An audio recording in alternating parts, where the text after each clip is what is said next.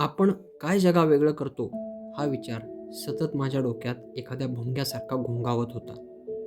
वेळ आणि तारीख आठवत नाहीये, पण ती रात्र एखाद्या काळ रात्रीसारखी मला भासत होती. म्हणजे मी काही केल्या तो विचार माझ्या मनाला काही सोडत नव्हता. एवढा शिकलो, सवरलो, मोठा झालो, सर्व काही ज्ञात आहे. टेक्नॉलॉजीचा वापर कुठे आणि कसा करायचा हे सगळं कळत होतं. मग नेमकं पाणी मुरतंय कुठे हे कळत नव्हतं. अगदी मी काहीच करत नाही असं मुळीच नाही. पण जे करतो ते सर्वच करतात असं मला वाटून जायचं. माणूस 7 वेळा जन्माला येतो म्हणतात, पण खरं की खोटं हे कुणाला माहीत. म्हणून मला सतत वाटायचं की आपण काहीतरी वेगळं केलं पाहिजे. आणि माझा तो विचार काही चुकीचा नव्हता. फक्त झालं असं की तो खूप चुकीच्या वेळी घोंगावत होता. एकतर मी कामावरून आलो होतो. थोडासा थकवा आणि कणकण मला जाणवत होती आणि त्यातच हे विचारचक्र. माझा जॉब म्हणजे काय तर एका छोट्याशा कंपनीत हेल्पर. रोजच्या वेळापत्रकात काहीही बदल नाही. सकाळी लवकर उठा, अंघोळ करा, आवरा, नाश्ता करा, कामावर जा. दुपारी वेळेत जेवा आणि वेळेत घरी या. बस. मी अक्षरशः या जीवनाला वैतागलो होतो. आणि का वैतागू नये? रोज एकच गोष्ट सारखी सारखी करायची तर माणूस वैतागणारच ना. तसंच माझं झालं. मी फक्त या अंगावरून त्या अंगावर व्हायचो, बाकी मनात मात्र घड्याळाच्या काट्याप्रमाणे विचारचक्र चालूच. शेवटी मी उठलो आणि थोडंसं पाणी प्यायलो. म्हटलं पाणी प्यायल्याने जरा बरं वाटेल. पण कशाचं काय, मला उलट असं रिफ्रेश झाल्यासारखं वाटलं आणि चक्र अजून वेगाने फिरायला लागलं. इतकं की आता मला माझ्या या अस्तित्वाचाच त्रास व्हायला लागला. की आपण या जगात जगतोय, आपलं कर्म काय, माझा या समाजासाठी काय उपयोग, कुठल्या ध्येयासाठी मी जगतोय. म्हणजे मी एका जागेवर पडून संपूर्ण ब्रह्मांडाचा अभ्यास करतो की काय असा मला भास झाला. आणि मी अगदी सुन्न झालो. एकीकडे मी घड्याळ बघायचो, वेळ थांबत नव्हती. रात्र मात्र माझ्याने सरत नव्हती. ती होती रात्रच, पण मला ऊन, वारा, पाऊस ह्या सगळ्या गोष्टींची जाणीव होत होती.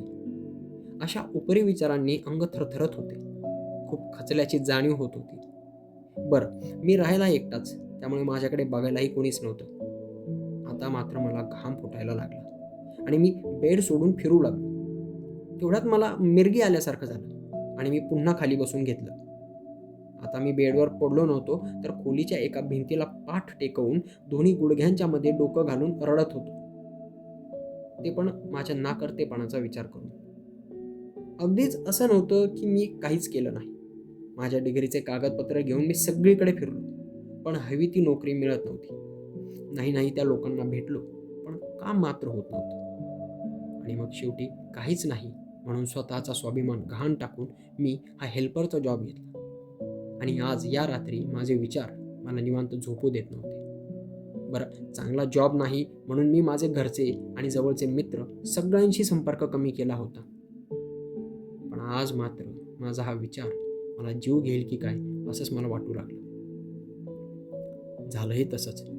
आता माझी जगण्याची इच्छा हळूहळू मावळू लागली आणि मी मात्र आत्महत्या करण्याच्या तात्पर्याकडे आलो.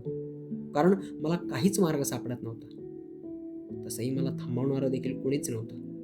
पहाट होत आली होती आणि माझी सहनशक्ती संपत आली होती.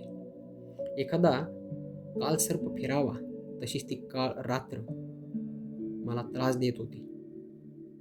मला माझ्यापासून हिरावून नेत होती. माझे निगेटिव्ह विचार माझा अंत पाहत होते आणि माझे डोळे मात्र आत्महत्या करण्यासाठी दार शोधत होते. एकीकडे डोळ्यात पाणी, एकीकडे हातापायांची वेगवान हालचाल, दोरखंड शोधण्यासाठी आणि एकीकडे हतबल मन. असा मी भरमनिरासपणे माझ्या अंताकडे वाटचाल करत राहिलो. रात्र तिच्या वेळेप्रमाणे सरत राहिली आणि तेवढ्यात मला एक दोरी मिळाली आणि मी काहीही विचार न करता ती दोरी खुर्चीच्या मदतीने पंख्याला बांधली. सगळे विचार पुन्हा एकत्र केले, डोळे बंद केले आणि त्या अंधारात सुद्धा सगळं आयुष्य जे मी जगलो ते स्पष्ट साठवून घेतलं आणि दोराचा फास गळ्याला लावून खुर्चीवरून थेट खाली उडी मारली. पण ती दोरी देखील माझ्या विचारांसारखी कमकुवत निघाली. मध्येच तुटली आणि मी डोक्यावर पडून बेशुद्ध झालो. काही दिवसांनी जे उठलो ते एका नव्या ठिकाणी, नव्या व्यक्तींमध्ये, वेगळ्याच रात्री आणि वेगळ्याच विचारांसरशी.